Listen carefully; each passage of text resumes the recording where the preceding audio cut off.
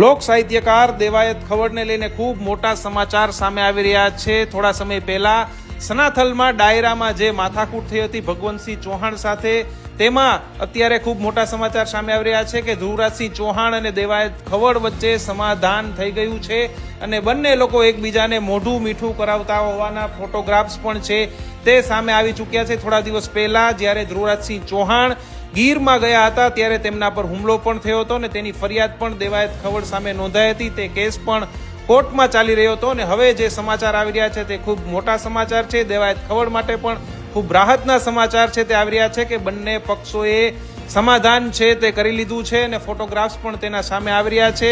હવે કોર્ટમાં આ કેસ કઈ રીતના ચાલે છે જોવું મહત્વનું રહેશે। કોર્ટમાં આ બંને પક્ષો વચ્ચે કઈ રીતના સમાધાન થાય છે તે પણ આવનારા સમયમાં ખૂબ જોવું મહત્વનું રહેશે।